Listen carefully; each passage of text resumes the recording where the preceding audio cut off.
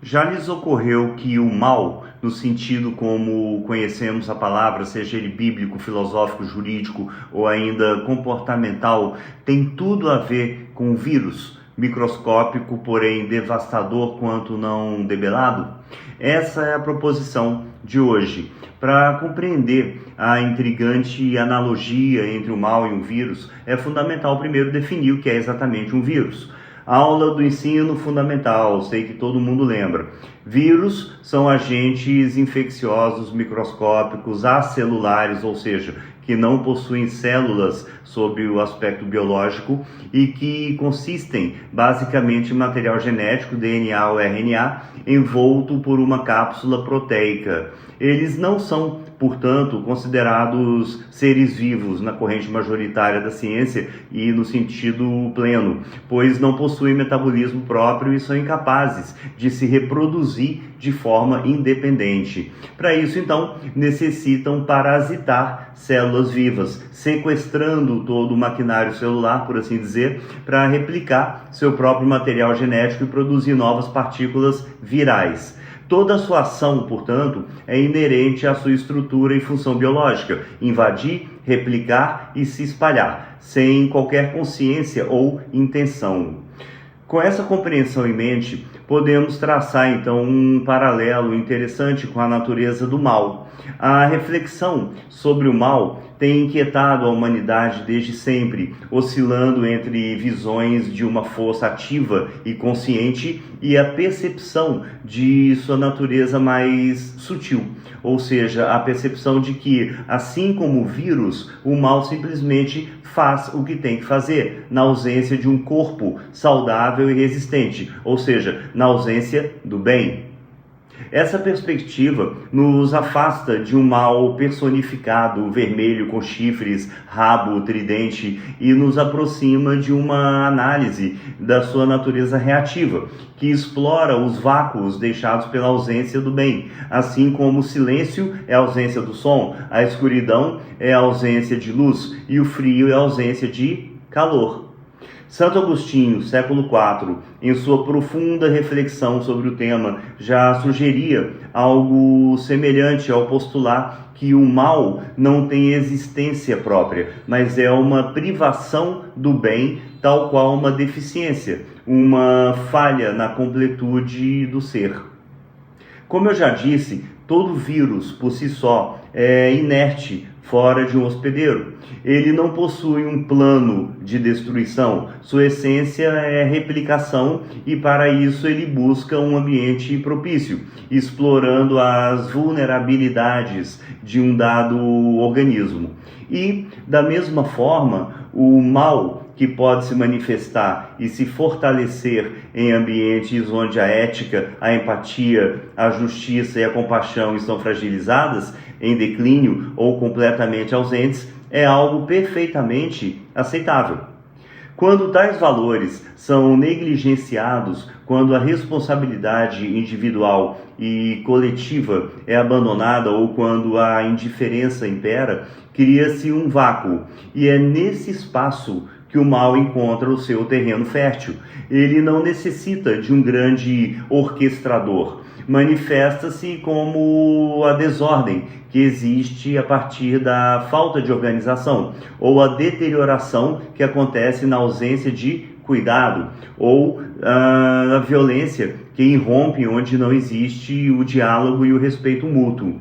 E aqui eu vou até a física. Segunda lei da termodinâmica, também já estudamos isso. A segunda lei da termodinâmica afirma que em um sistema isolado, a entropia, quer dizer, a medida da desordem ou aleatoriedade, tende a aumentar com o tempo. Em outras palavras, gente, sem a entrada de energia ou um esforço organizado, os sistemas tendem naturalmente à desordem, à degradação e ao caos. E, seguindo essa linha, não poderia o mal ser enxergado como a manifestação da entropia das searas, nas searas da estética, da ética, da moral, do comportamento verdadeiro? Sem um esforço contínuo e consciente para manter a ordem, a justiça e a compaixão, o bem, as estruturas sociais, as relações humanas e até mesmo a psique individual tendem naturalmente à desordem e à degradação absoluta.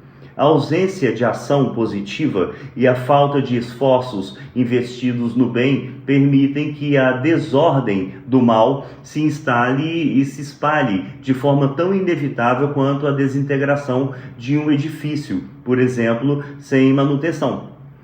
Isso tudo enfatiza a natureza quase programática da ação do mal, espelhando a funcionalidade de um vírus e a tendência entrópica. O vírus é guiado por seu código genético para sobreviver e se reproduzir. Não há deliberação, apenas um imperativo biológico. E por isso, em analogia, o mal pode ser visto como um conjunto de padrões destrutivos que se ativam e se repetem quando as condições são favoráveis. São Tomás de Aquino, praticamente 1000 anos depois de Santo Agostinho, reforçava que o mal não é uma natureza, mas a privação da retidão devida à natureza. E o que significa isso?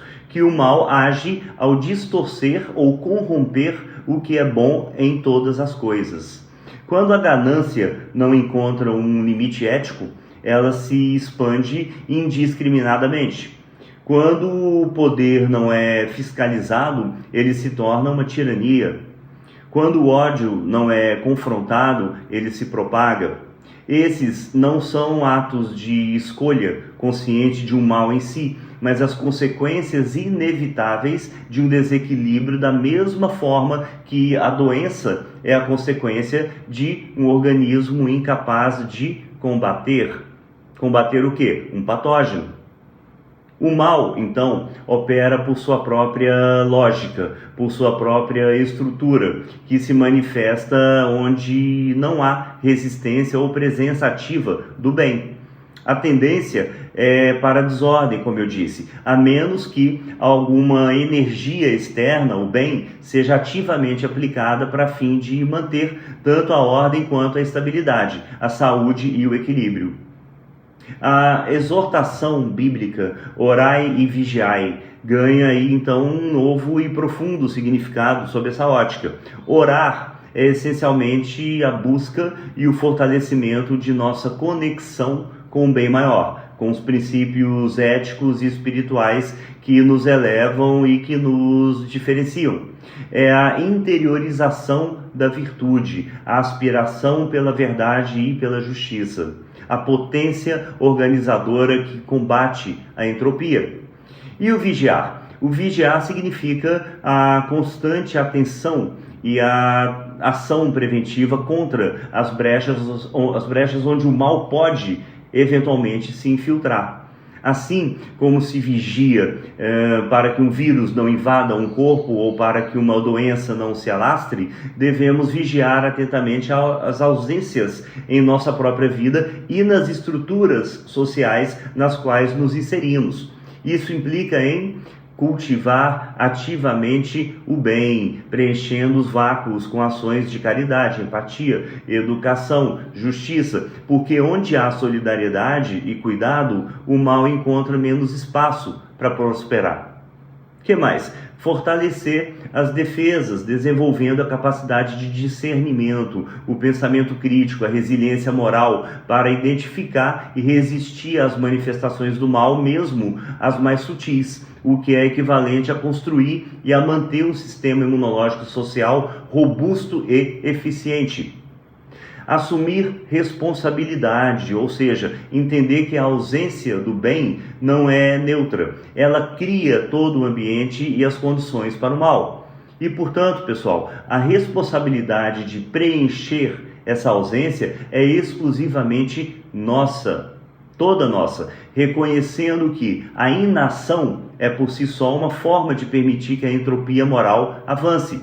E, finalizando, a analogia do mal como um vírus, nos instiga, a mim pelo menos, a uma reavaliação profunda de sua natureza.